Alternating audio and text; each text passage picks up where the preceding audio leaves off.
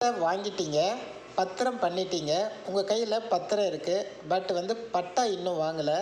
இதனால் எதிர்காலத்தில் பிரச்சனை வருமா சார்? ரெண்டாவது கேள்வி, உங்களுடைய அப்பா அல்லது தாத்தா உங்கள் பேருக்கு உயில் எழுதி வச்சிருக்கிற உங்கள் அனுபவத்தில் இருக்கிற சொத்துக்கு வேறு ஒரு நபர் பட்டா வச்சுருந்தா உண்மையான உரிமையாளர் அந்த சொத்துக்கு யார்? பட்டா வச்சுருக்கிறவரா இல்லை பத்திரம் வச்சுருக்கிறா? இந்த வீடியோவில் நம்ம சொல்ல வர்றது என்ன அப்படின்னா, பத்திரம் வச்சுருக்கிறவருக்கு நிலம் சொந்தமா இல்லைன்னா பட்டா வச்சுருக்கிறவருக்கு நிலம் சொந்தமா அப்படிங்கிற டீட்டெயில்ஸ் தாங்க இந்த வீடியோவில் பார்க்க போகிறோம். இந்த 2 டாக்குமெண்ட்டில் எது ரொம்ப வேல்யூவலான டாக்குமெண்ட் அப்படிங்கிறத பேஸ் பண்ணி சென்னை உயர்நீதிமன்றத்தில் இது சம்மந்தமாக ஒரு வழக்கு வந்துச்சு. அந்த வழக்கு பற்றிய டீட்டெயிலும் அவங்க என்ன தீர்ப்பு சொன்னாங்க அப்படிங்கிற டீட்டெயிலும் இந்த வீடியோனுடைய எண்டில் சொல்லுவேன். வீடியோவை ஸ்கிப் பண்ணாத ஃபுல்லாக பாருங்கள். முதல்ல நாம் தெரிஞ்சிக்க போகிறது என்ன அப்படின்னா, பத்திரம்னா என்ன, பட்டா அப்படின்னா என்ன அப்படின்றத பார்க்கலாம். பத்திரம் அப்படின்னா நீங்களே நிலத்தை வாங்கி அதை ரிஜிஸ்டர் செஞ்சு, அதாவது பதிவு பண்ண அப்புறம் உங்களுக்கு பதிவுத்துறை கொடுக்குற நிலத்தின் உரிமை ஆவணம்தான் பத்திரம். பட்டா அப்படின்னா நிலத்தை பயன்படுத்தும் நபர் பற்றிய ரெவென்யூ டிபார்ட்மெண்ட் கொடுக்கும் ஆவணம் தான் பட்டா. பட்டா மூலமாக யார் பயன்படுத்துகிறாரு அப்படின்னு சொல்லிட்டு தெரிஞ்சிக்க முடியும். ஆனால் பத்திரம் மூலமாக சொத்தினுடைய ஓனர் யாருன்னு சொல்லிட்டு தெரிஞ்சிக்க முடியும். இது ரெண்டுத்துக்கும் உள்ள வித்தியாசம் இதுதான். ஒருவேளை உங்களுடைய சொத்துக்கு, அதாவது உங்கள் கையில் பத்திரம் இருக்குது அப்படின்னு வச்சுக்கலாம், அந்த இடத்துக்கு பட்டா இன்னொரு பெயரில் வந்துடுச்சு, இன்னொரு பெயரில் இருக்குது அப்படின்னா அதை எப்படி கேன்சல் பண்ணுறது அப்படின்றத பார்க்கலாம். நீங்கள் செய்ய வேண்டியது என்ன அப்படின்னா, தாசில்தார்கிட்ட நீங்கள் மனு கொடுக்கணும். உங்களுடைய நிலத்திற்கான வேறு ஒரு நபரின் பெயரில் உள்ள பட்டாவை கேன்சல் பண்ண சொல்லி அவர்கிட்ட மனு செய்யணும். ஒருவேளை தாசில்தார் அதை செய்ய மறுத்தார் அப்படின்னா டெப்டி கலெக்டர் ஆஃபீஸ் இருக்கும், அங்கே நீங்கள் மனு கொடுத்து இதே போல் பட்டாவை கேன்சல் பண்ண சொல்லி கேட்கலாம். ஒருவேளை பட்டா கேன்சல் செய்ய தாசில்தார் அல்லது டெப்டி கலெக்டர் மறுத்தாங்க அப்படின்னா நீங்கள் கோர்ட்டில் ரெட் பெட்டிஷன் போடலாம். அதுபோல் போட்ட பிறகு உங்களுக்கு தீர்ப்பு கொடுப்பாங்க. நீதிமன்றம் உரிய விசாரணை நடத்தி உங்கள் மேலே பேரில் பட்டாவை கொடுக்க சொல்லி தாசில்தாருக்கு கோர்ட்டு உத்தரவு போடுவாங்க. இது முறைப்படி நீங்கள் செய்ய வேண்டியது.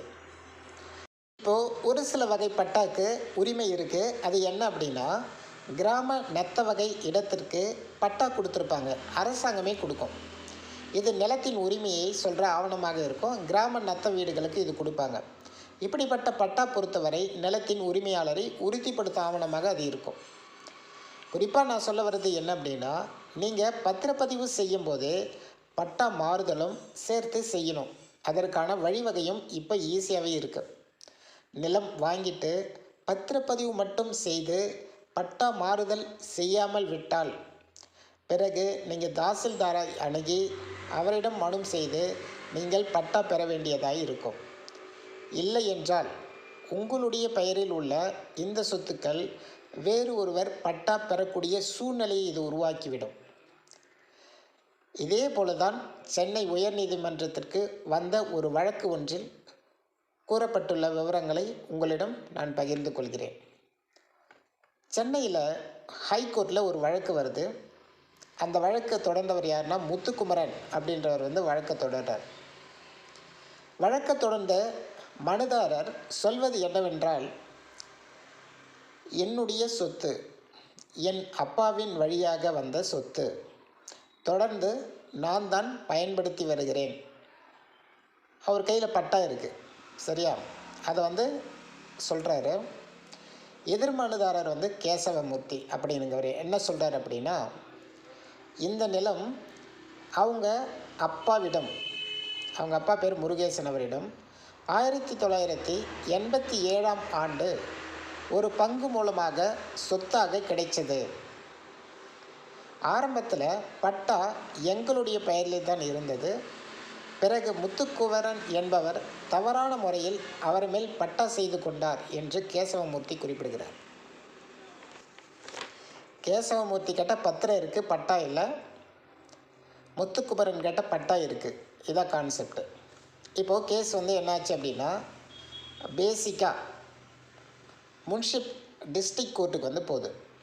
அந்த கோர்ட்டில் அவங்களுடைய டாக்குமெண்ட் வந்து வெரிஃபை பண்ணி விசாரித்த உடனே அந்த கோர்ட்டில் ஒரு தீர்ப்பு சொல்கிறாங்க. என்ன அப்படின்னா, இந்த சொத்து பூர்வீக சொத்து அப்படின்னும் பத்திரம் வச்சிருக்கிறவருக்கு தான் நிலம் சொந்தம் அப்படின்னு சொல்லிட்டு கேசவமூர்த்தி பக்கம் தீர்ப்பு சொல்லிடுறாங்க. உடனே முத்துக்குமரன் டிஸ்ட்ரிக்ட் கோர்ட்டில் வந்து மேல்முறையீடு செய்கிறாரு. அங்கே என்ன சொல்கிறாங்க அப்படின்னா, இந்த தீர்ப்பு முத்துக்குமரனுக்கு சாதகமாக சொல்லிடுறாங்க. முத்துக்குமரன் தான் நிலத்தை பயன்படுத்துகிறாரு, பட்டா அவர் தான் வச்சுருக்காரு, அவருக்கு தான் சொந்தம்னு சொல்லிவிட்டு அந்த கோர்ட்டில் சொல்லிடுறாங்க. மறுபடியும் இந்த கேஸ் என்ன ஆகுது அப்படின்னா, சென்னை உயர்நீதிமன்றத்திற்கு 2001 2060 என்ற எண்ணில் வந்து கேஸ் வந்து ஃபைல் ஆகுது. இந்த கேஸில் சென்னை உயர்நீதிமன்றம் ஹைகோர்ட் சொன்ன தீர்ப்பு அப்படின்னா, அவங்க சொத்து சம்பந்தமான டாக்குமெண்ட், இப்பொழுது இருக்கிற டாக்குமெண்ட், பழைய ஆவணங்கள், தற்போதைய ஆவணங்கள், நிலையான ஆவணங்கள் அனைத்தையும் வெரிஃபை பண்ணி விசாரித்து அவங்க ஒரு தீர்ப்பை சொன்னாங்க. அதில் என்ன சொல்லியிருக்காங்க அப்படின்னா, பட்டா என்பது சில சமயங்களில் நிலத்தின் உரிமை ஆவணமாக இருந்தாலும் இந்த கேஸில் 1987 பத்திரப்பதிவு செய்து ரெக்கார்டு இருக்குது. அதனால் பத்திரமும் இருக்குது. டிஸ்ட்ரிக்ட் கோர்ட் சொன்ன தீர்ப்பு சரியானது அப்படின்னும் கேசவமூர்த்திக்கு தான் நிலம் சொந்தம் அப்படின்னு சொல்லிட்டோம் சென்னை ஹைகோர்ட் வந்து தீர்ப்பு சொல்லிட்டாங்க.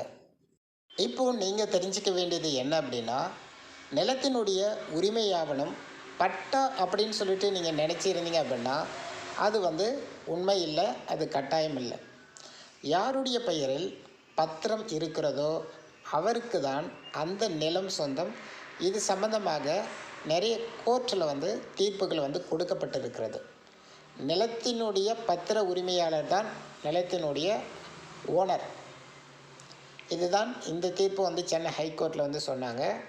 எனவே ஒரு சொத்துக்கு பத்திரம் என்பது தான் முக்கியம், அதுதான் செல்லத்தக்கது. பட்டா என்பது தற்காலிகமாக அவர் உரிமையாளராக காட்டும். நீங்கள் ஒரு வேளை பத்திரம் மட்டும் வச்சுருக்கீங்க அப்படின்னா உடனே போய்ட்டு உங்கள் நிலத்திற்கான பட்டாவையும் சேர்த்து நீங்கள் வாங்கிக்கோங்க. இது உங்களுக்கு யூஸ்ஃபுல்லாக இருந்துச்சு அப்படின்னா மறக்காமல் இந்த வீடியோக்கு ஒரு லைக் பண்ணிக்கோங்க. நம்ம சேனலில் இதுபோல் லேண்டு பற்றிய லீகலான விஷயங்கள் சொல்கிறது மட்டும் இல்லாமல் வேலைவாய்ப்பு பற்றிய பதிவுகளும் நம்ம என்ன பண்ணுறோம், அப்டேட் பண்ணிட்டு தான் இருக்கோம், வீடியோ போட்டுட்டு தான் இருக்கோம். அதனுடைய இம்பார்ட்டண்டான லிங்க் டீட்டெயில்ஸ் எல்லாமே நேரடியாக டெலிகிராம் சேனலில் தான் அப்லோட் பண்ணுவோம். நீங்கள் இன்னும் டெலிகிராம் சேனலில் ஜாயின் பண்ணலை அப்படின்னா மஸ்ட் ஜாயின் பண்ணிக்கோங்க. மறக்காமல் நம்ம சேனலை சப்ஸ்கிரைப் பண்ணி சப்போர்ட் பண்ணுங்கள். Thank you so much. ஓகே, பாய்.